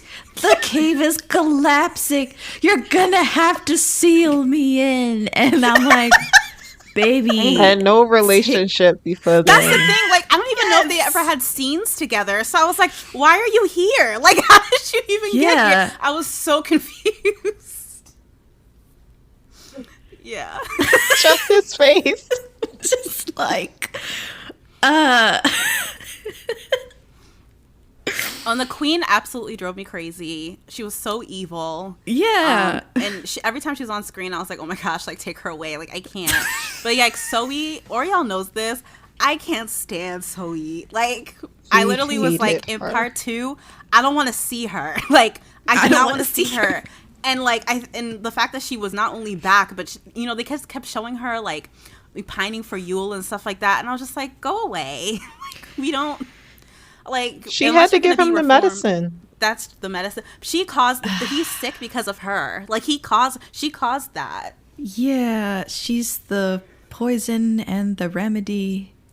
Oh, but she didn't even have he didn't even take the remedy. So pretty useless. Let's talk about Yule, because I feel like her stuff goes hand in hand with Yule. Can we talk about Yule? Let's talk about Yule. So where do I start? Seoul Yule in season 2 wanted to kill Booyeon / Naksu, which makes no damn sense. He had these like visions of killing her or of her killing him, and then he clearly acted on it. He was planning to kill them both when they went on this trip to the big tree. She was like, I want to see this tree, whatever. but that was bizarre. I don't know why they had him like fixated on killing her when he so obviously loved and pined for her. So whatever. The end of episode 6 was really good though, because that's when Soe dies. I thought the actress who played Soe, who had a wonderful year, what drama wasn't she in for 2022, 2023? No Chingu. Yeah. Yes, she was our Chingu this year. I thought she brought her A game when she was had this final scene as Soe. Yeah. I loved that she described meeting Yul for the first time and why she was so loyal and cared for him so much. She said that he made her world seem clean and bright. And even her voiceover and her death scene were just very well done. The stakes were getting higher for Yul because he comes to save her and he has this fantastic fight scene. And then, of course, when things are about to end for Yul, Jung-wook shows up and he says, like, no one here will walk out of here alive. And it's like, okay, some people did walk out alive. So it's just, I don't know. Maybe I have issues with the fight scenes too. No stakes. So Yul never does tell Jung-wook that Mudok was hypnotized by magical bells and was not lucid when she went on a killing spree in the finale episode of part 1. Why does Yul keep this secret? No, I was wondering that too. I was like, I wonder why he didn't tell him. I don't get it. We got no answers here. It's just that. It's just explain. wrong. I was like, I don't know. Yeah. I don't know. Soe, anything else to add about Soe before I say this last thing about Yul? No, I just did not appreciate her. Just did not appreciate her. I think her end was better than the rest of the time that she was with us. Yeah. Yeah, I agree with that. Totally. Meaningful end to a character that had no meaning. Yeah. That's exactly what it was, a meaningful end to a character that had no meaning. All right, so speaking of meaningful characters, Yul, we already know he got sidelined at the end of part 1. He was like nowhere to be found. Yeah. In the finale episode or so. Guess what? They did it again. Seoul Yul is sidelined for the end game of season 2. Absolutely. Which makes me think he was just a plot device, just a second male lead. Yeah. Yep.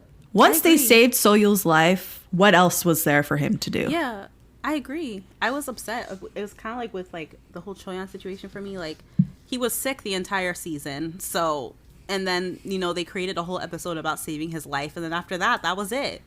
He was like, okay, I'm going to go teach at the school now. And like literally that was his like. But that was epilogue. Like that was after the Firebird and everything. Like. Right.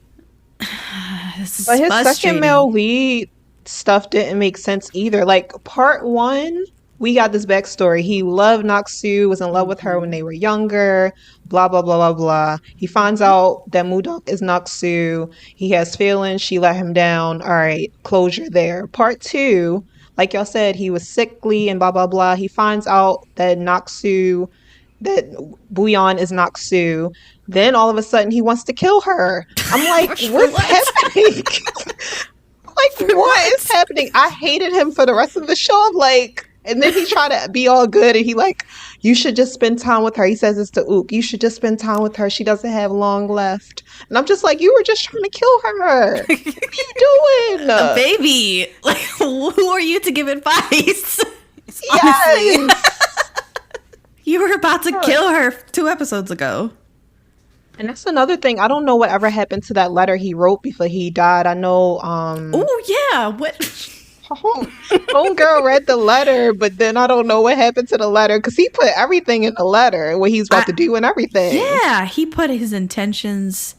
What was that? A suicide letter? Because I think he was planning to kill himself as well as Naksu or Bouillon.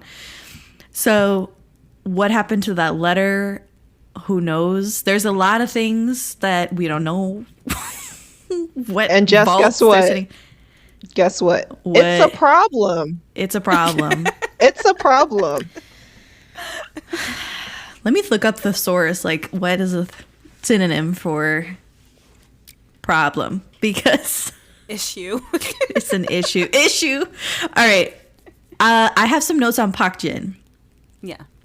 So I liked season 2 Park Jin versus season 1 Park Jin. I had a lot of issues with him overall because he's supposed to be a proxy father for Jung-uk. But he is so demeaning and mean and shameful of Jung-uk because he knows his origin and the whole Alchemy of Souls way that he came to be. But he gives a lot of nuggets in season 2, like life nuggets, where he does the trick of the fish sauce rice cake. And he says, life is unpredictable, but you choose your own destiny. No matter how sweet or bitter it may be, you must taste it yourself and swallow it. Which, I don't know if that goes hand in hand with if you choose your own destiny.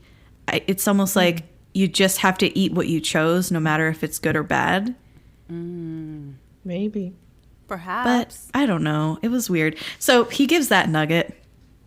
Then he does the who would you save scenario, the drowning scenario. He insists that you can't abandon the other person that you also care about. I think that the question is a trick question.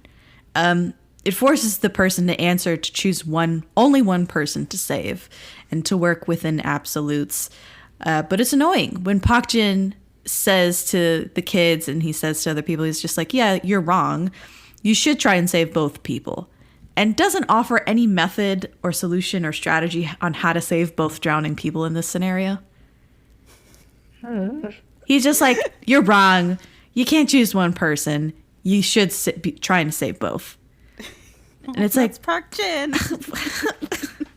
What? This was a huge... They could have spun this web.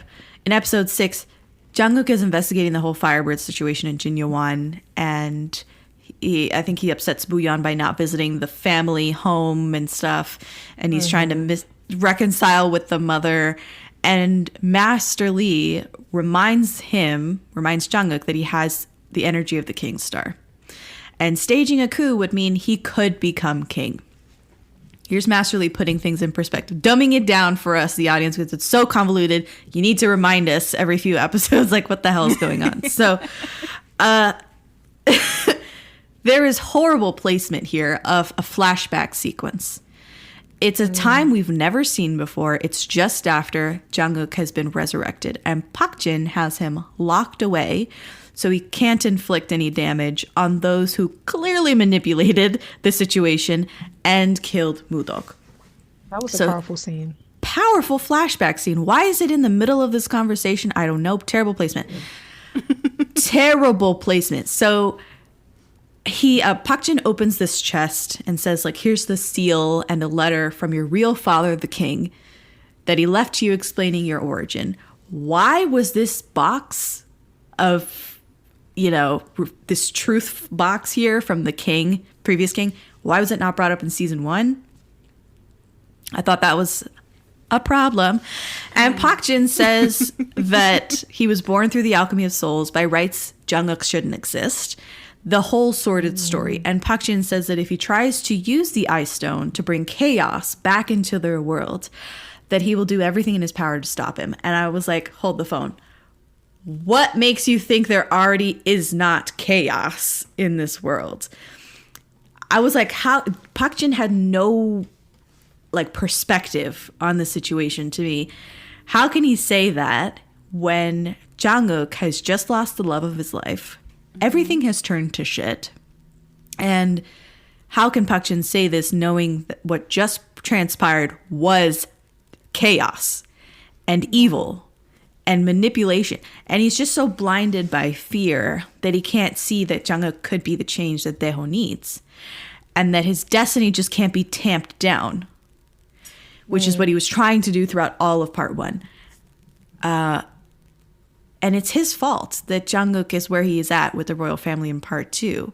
Just this dog trying to catch soul shifters for the royal family. Yeah.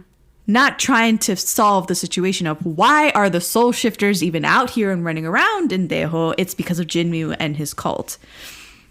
So he's not providing a solution to the actual issue at all. So I had such an issue with Park Jin and the fact that he had no mercy for Jung-uk.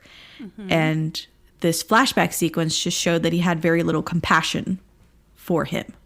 And that he blames him for existing, blames his existence for the murder of so many who knew the birth secret and who tried to, keep that secret of the King's Star being him and whatever.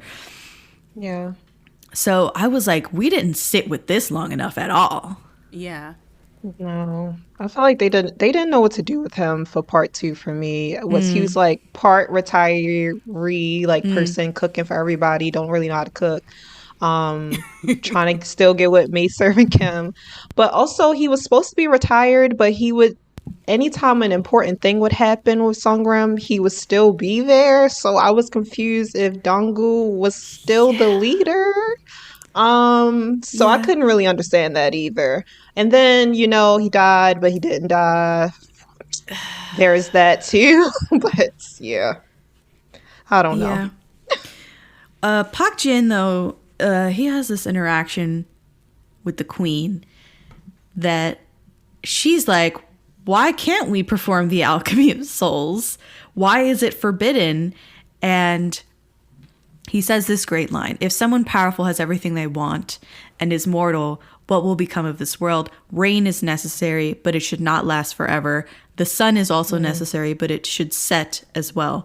And no one should stay powerful and live forever. And I'm like, that's a wonderful freaking monologue here that we've not really explored this either. The fact that he is so righteous is definitely showcased in the show. He does think I think he seems a little self-important at times. But he's very much a beacon of righteousness, especially towards the latter half of season 2, where why is he talking with the queen when he's not the leader of Songram anymore? Like, that's like you said, Ori, like, not giving Dong-gu anything to do, but here we are. He also educates the audience on Jung-uk's hero's journey, because he says, depending on who Uk's target is and which path he takes, he could dry out the world just as Jinmu wishes, or he could stop him. Deciding whom to target and which path to take will always be painful and a burden. It may be too much for a human to handle. Guess what? It was just enough for Jung-uk to handle. He didn't dry out the world. And happily ever after. Who knew that Jung-uk had it in him to do the right thing? Right.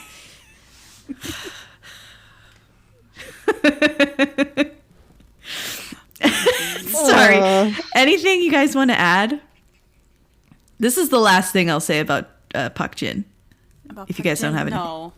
I agree with what Oriel said, though. Like, I feel like in part 2, I was like, okay, what are you doing? Yeah. And it was kind of like, you're cooking, you're kind of just roaming around. Yeah. Dong-gu, I feel like, wasn't really empowered as a leader, really, because I felt like Park Jin was still very much present and around. Like, I don't feel like Dong-gu was fully, I don't know, it seemed like he really wasn't able to perform his role fully. Like, I didn't see him as a leader of Songram, because I felt like, if something really bad is happening, we're going to call Park Jin to, like, come help us. So, but yeah.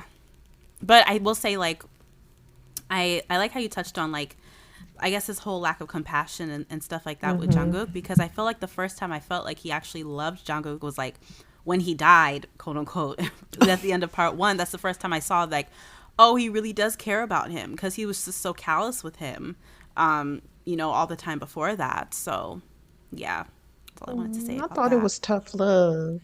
Yeah, that's definitely part of it for sure. But I also felt like, okay, like he's kind of like cold, but like that was the first time I felt like, okay, like he sees like Jung-uk as kind of like his son in a way, like, because before I didn't feel that from him. We got some foreshadowing that's not really foreshadowing, because he just gives away exactly what happens. So Park Jin, talking to maidservant Kim, he gives her the ultimatum again. Who would you save? She ups the ante and says, if I was trapped inside a very dangerous room and you had to seal the door. what would you do? And he goes, if I didn't seal the door, would the entire world be in danger? And she was like, yeah, but you know, it's fine if you decide to seal this door because I know that you care about me a lot. I know how heartbreaking it would be for you, so it doesn't really upset me that much. This is them talking about a make-believe hypothetical scenario. And guess what? Yep.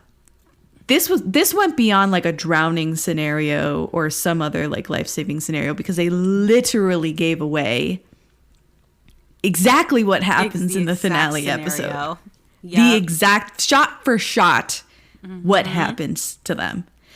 And bad foreshadowing because what is that? They gave it away. Anyway, I found that Jinmu had a lot in common with Emperor Palpatine from Star Wars. Did you guys make that connection? I've never seen Star Wars. What? Yes. I know. I'm sorry. I know. I haven't gotten around to it. I know. Haven't gotten around to it. I saw the one, like the first like new one that came out like a few years ago. But that's the only Star Wars I've seen, like Lord. in its entirety. Yeah. I apologize. Oh, Lord. Okay. I guess I won't continue down that line of thought. But if you think about it, Emperor Palpatine is very similar to Jinmu. Especially because he offers all this. He's evil, but he offers like great power in exchange for, you know, this loyalty and joining the dark side and all this crap. Oh my God, I can't believe you haven't seen Star Wars. So I know. Yeah. It's embarrassing. I know. I had a lot of issues with Mama Jin, but I don't think I want to go into them. I'm just tired. But wait, Jinmu. Can we stay with Jinmu? Yes. Let's stay with Jinmu. Talk about Jinmu. Yes. What? Yes. Well, you guys take the lead. Like, talk to me about Jinmu here. Okay. So, peek behind the curtain. I'm looking at your notes, and I really, really, really want to talk about this because Naz did not like it, but me and you feel exactly the same. So, in episode 10, part 2, when Jinmu dies, quote unquote, and the other guy, he do the Alchemy of Souls with the other guy who I still don't know who he is. He's the uncle of Yul. I don't know. Yeah, he's Yul's uncle. Yeah. So he at first when he come in, he's just looking like a normal person, but when he comes out with the Jinmu aura on him, his hair is slicked back, his eyebrows are darkened, his whole I don't know, he was just like he did such a good job to me. And I told Naz, and she was like, no, Naz told me she hated it, and I was like, what? I loved it. He did such a good job. Yeah, to me. That actor did a great job playing Jinmu. And yes. It was the facial expressions and the way he was like flashing his eyes at people. Did he have a lisp? I can't remember if he kept the lisp, but he did a fantastic job just kind of embodying that performance from the other actor, and I can't remember his name, but Jinmu. Tell me why I was like, drop the skincare routine here, because the guy that swapped places with the Alchemy of Souls to be Jinmu, he emerged and he had like the glow serum on his face. Yes. He had less texture. Skin. All of a sudden the hair was slicked back. He had the guy liner and he had the highlighter like on his face. And I was like, he was giving it. I need it's like a tutorial here from Jinmu because he looked fabulous. Like I was like, I want to look like this on a daily basis. So yes. I was very impressed by that transformation, even though it was like, job. 11th hour. Of course, they're going to throw in Jinmu gets soul swapped as well. Yes. Whatever. So, but that guy was just great. I have here Jinmu and the other unanimous assembly people died in an inferno made of their own twisted view of life. I don't know why I wrote that poetic line in my notes, but they wanted to use their power to prey on the weak. And in the end, they were preyed upon by Jang-uk, who's basically a superhero at this point. So got a taste of their own medicine. I don't know if it's poetic justice that Jungkook's lifeless body was in the process of being burned in a giant fire at the end of part 1, and then he kills the group of villains, like the cult people, in a fire. Yeah. Like, I don't know. That could definitely be a parallel for sure. It could. It could. Yeah. I mean, I was a little bit... I thought that was a bit anticlimactic, the way that Jin died, based on like everything that he had done to people. And I first of all, I felt like there was no justice for everything he did in part 1. Like, part 2, he's just going about life gallivanting around like nothing happened. And then at the end, he just gets to, like, you know, everyone just burns together and he's just laughing like maniacally. And I'm just like, okay. Yeah. Like, I don't know. I was just like, all right. Like, I don't know what I would have wanted, but I think I would have wanted a little bit more. He did so many terrible things to people. Yeah, he really did. He was just a meanie. I think it diminished the way he was originally dying by Booyeon's hand, where she was like, here's another, like, they found another ice stone, whatever, and this one sucks energy versus giving energy, whatever. So she implanted that one inside him, and he was dying very slowly. I thought that was good. I mean, not great, but it seemed to fit because he had the most beef with her. Mm-hmm. And I was like, okay, yeah, give her a chance to exact some justice of her own. And they didn't let that sit. He gets out of it, swaps souls, and then Jungkook has to finish the job. Because, of course, the man has to have his moment to shine, the hero. Oh. I don't know. You guys already know. Like, we've been here a while. Like, you get it. Did you guys have any problems? Did you have any thoughts on Danggu and Choyeon? They were just like background characters. They didn't have anything to do. Like, I think we had some really like rich characters that they could have kind of given more of a role, and they just didn't give them anything to do. I did absolutely love their ending, though. I mean, I don't know. I wish that like they showed us more about how, because they break up. They don't really like go into a lot of detail about the breakup, and then like when they get back together, it's really quick. But I'm happy. Yeah, I wish they could have fleshed out a little bit more. But I do absolutely love that they ended up together and that we see that they have twin babies. So that was really sweet. Just, you know, that they're happy and they're like, you know, one big happy family. But right. Yeah, I just wish that we got more from them because, you know, Danggu's leader of Songgrim, you know, and she's like a part of the Jin family, and she has she should have a lot of power, but we don't get to see her kind of wield that at all. So I wish we got more of them.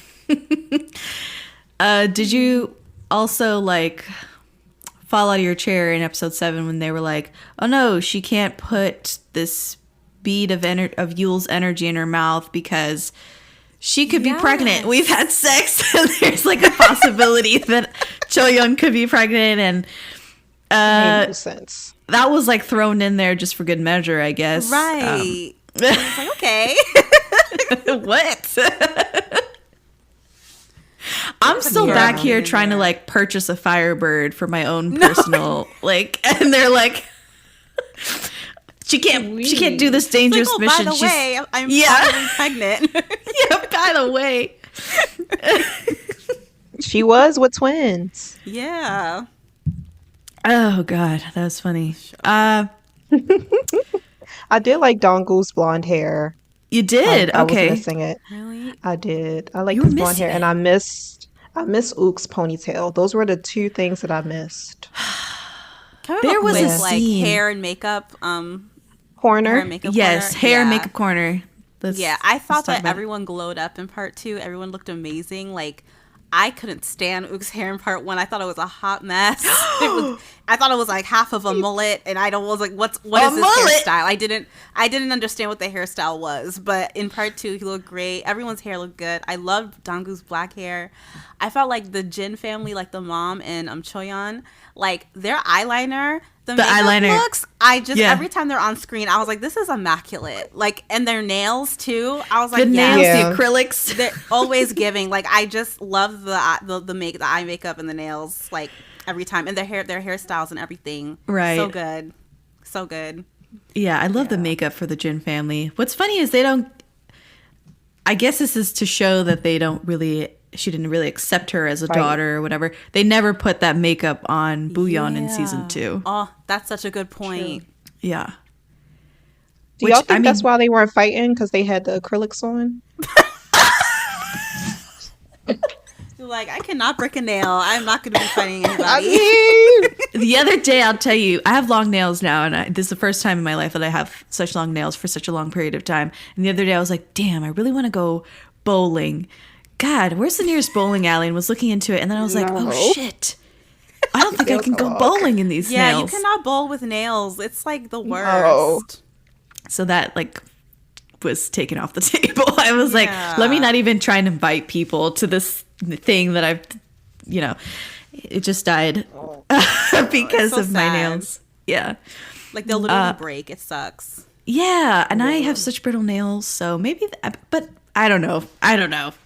Maybe that's why. We'll read into the acrylics. Imagine like a fight scene and then the nail break off or something crazy? Like, no. We all know how badly that hurts. Like when you're acrylic, it's like, that hurts. So, yeah. That's probably why, Oreo. Like my nails are more important. You cracked it. Yes. Master Lee. Here's what I'll say about Master Lee. He is like the junk drawer in the kitchen. He's just a catch-all for the plot. He felt a lot like a couple of characters in Lord of the Rings, sort of an amalgamation of like Galadriel and Lord Elrond to me. These characters seem to know a whole lot, seem to have a premonitory level of knowledge, but other than encouraging the heroes in their quest, they don't perform much function.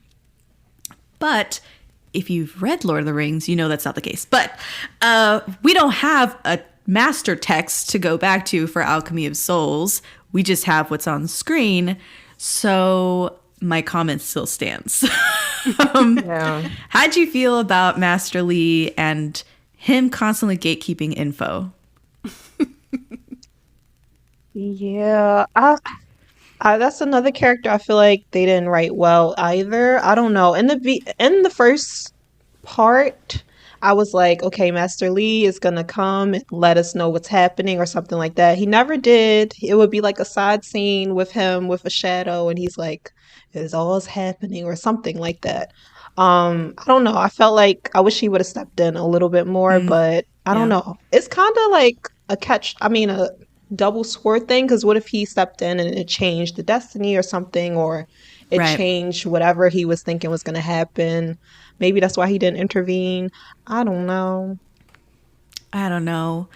The turtle.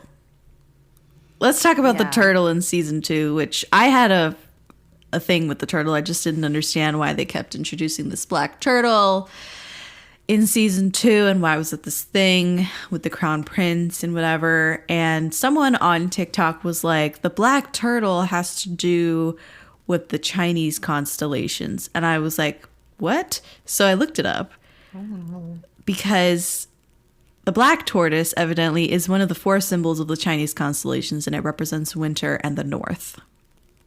And if you've watched Xianxia dramas, you might recognize some of these like 4 generals or characters that represent these 4 constellations. Yep. And one of them will be a black tortoise, or the name will be tortoise or whatever, General Black Tortoise, whatever the hell it is. So I was like, oh, that's very appropriation, like if you think about it. But the Firebird, on that note, is also one of the 4 symbols of the Chinese constellations, and it represents summer and fire. So those 2 animals are at odds with each other in this mythology. So I still didn't like the turtle. I still didn't like the Firebird. And I appreciate the origins of where it came from and where they got these characters from, these creatures, but I didn't like them. Crown Prince. Bizarre. It was what I literally wrote in my notes. What is?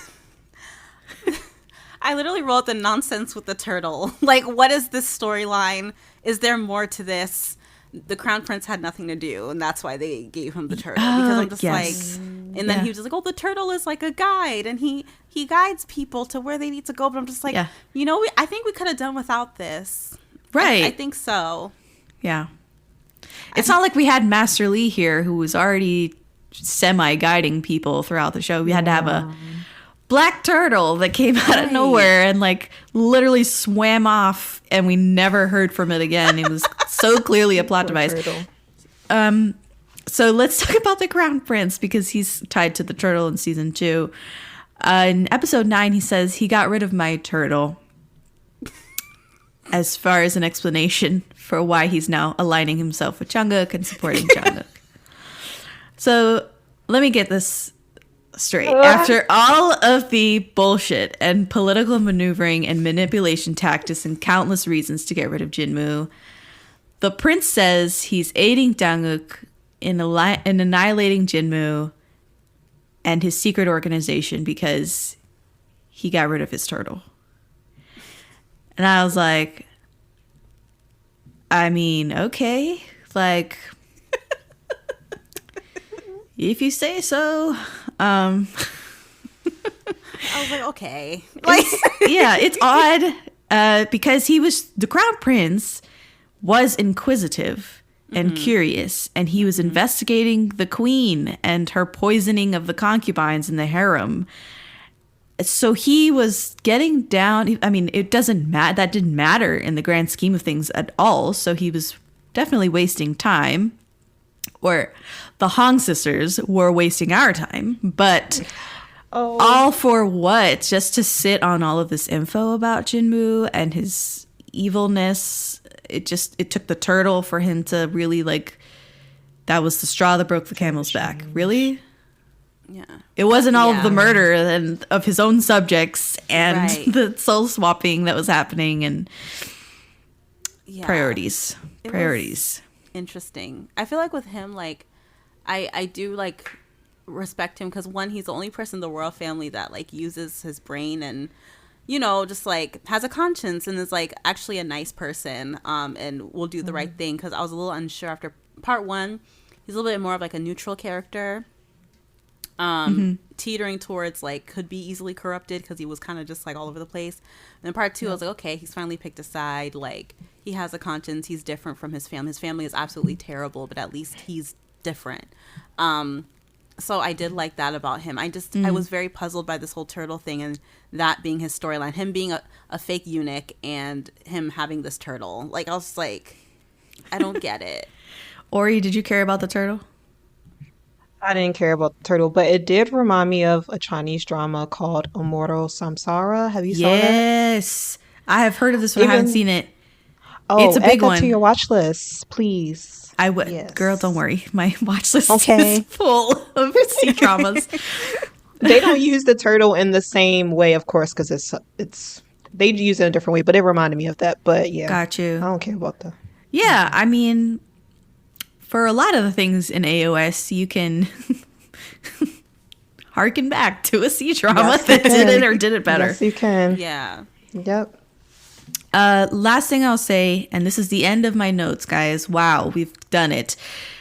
Almost 3 hours. 3 hours here, and I'm at the end of my notes. So the ice stone and the turtle were both MacGuffins. Do you know what a MacGuffin is? Mm-mm. Okay. So MacGuffin is a term that was coined by Alfred Hitchcock, and it stands for a plot element or device that drives the action or logic of the plot. And it's extremely important for the characters, but is ignored once it serves its purpose. Yeah, that sounds accurate. Which is definitely what the ice stone and the turtle were. Yeah. You know, they're chasing after this thing, or, you know, this thing is like leading them in the direction, and then they get there. Or they get there and it doesn't matter. Like the ice stone and the removal of the ice stone ends up not mattering at the end of the day. Yeah. Exactly. Because Wook still has the ice stone in him, right? Yeah, he's living perfectly fine with the ice stone keeping him going. So this was as much a little lesson on some of these writing terms and as much as it was a giant critique of Alchemy of Souls writing. Was there anything you guys wanted to add about Alchemy of Souls that we didn't cover, or characters or anything? I wanted to say, as far as going back to, like, I guess the community aspect of this, last year, I loved the times when this aired because I feel like we were kind of split as a K-drama community on shows. But I mean, I'm sure there was other shows last year, but I specifically remember Alchemy, whether good or bad. I knew that there was a lot of people watching the show at the same time as I am, and it's like a different type of atmosphere when like everybody is watching the same show. So I love that camaraderie about it, because it doesn't happen as often anymore. I feel like K-drama community is very split on shows sometimes, so it was nice. We were all watching Alchemy. It was nice until I started posting about Alchemy of Souls, and then I was like, wow, this sucks. So negatives. No, I totally agree. True. It's fun. It's always fun, like when you get those like handful of shows a year that like takes a K-drama community by storm, and like everyone's watching it, and you see all these like edits and like commentary, and it's just like we're all in this together. We're all watching the show every week. It's so fun and exciting. But like I just wanted to say that like I totally like 100% respect this show, and like for me, it's like I'm just way too much of a critical thinker. Like I don't think this is like the worst show that's ever been made. Like I'm just way too much of a critical thinker, and for a show that is like so complex in terms of like the lore and like the world that they build, like I just need things to make sense, and when it doesn't, like I nitpick a lot. But like I don't think this is like the worst show ever. It was just a lot for my little brain to take in. But but I totally, like, if you love this show, like there's no like nothing that we have said. If you love the show, nothing that we have said is going to deter you from loving the show, and that's what's nice about hearing from other perspectives and other people who watch the same show that you did, is that you can like glean different things or appreciate different things, or just come into it knowing, hey, maybe this isn't the strongest writing, but I just love Jungkook. I just love seeing this character. I just love his whatever, and it works for me. And that's what's nice. You don't have to change your opinion after hearing what we talked about. No one's asking you to. And again, we can all just relax after this. Go into the next few K-drama seasons with an open heart, open mind. If people disagree with you, you don't have to take it to heart. You can just be like, oh, wow, I didn't think of that. And like leave it at that, and not decide to berate someone for liking someone or disliking something that you do or don't. So I think that's what we can glean from this. Like, it's supposed to be fun because we love them and they're fun. So like, you know, let's not make this like, you know, having angry debates on TikTok and stuff like that. Like, I'm so sorry that you have to deal with people on TikTok. The K-drama community on TikTok is a bit interesting. Toxic. Like, people really take things to heart and get really offended and nasty. So I'm sorry you have to deal with people being weird online. Yeah, me too. But you don't have to apologize because it's not your fault. And what's nice is we kind of have the OST left on the show that we can appreciate, and we can all just kind of rally around the music, which was really good.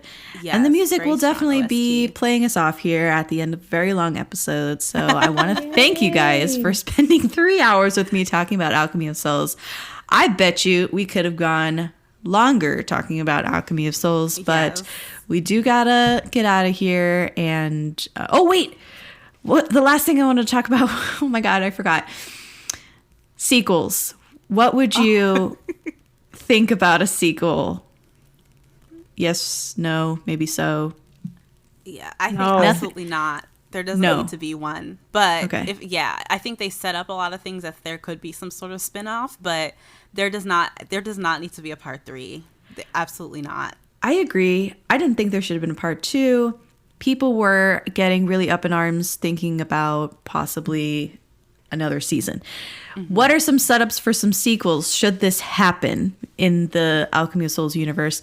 They could talk about, they could do a season on the new girl Yule will be training, who Booyeon says that she has the potential to be greater than Jungkook. Yeah, that's what I was thinking about. Yeah, they could do a season on the first Great Chaos with Jin So-ran and her lover Master Seok-young. Oh, prequel. Like a prequel. A prequel. Yeah. They could do a sequel on the kids because now we have twins from Danggu and Choyeon, and then we will eventually, they hinted at Jungkook and Choyeon / Naksu want a daughter, so they could do it on the kids.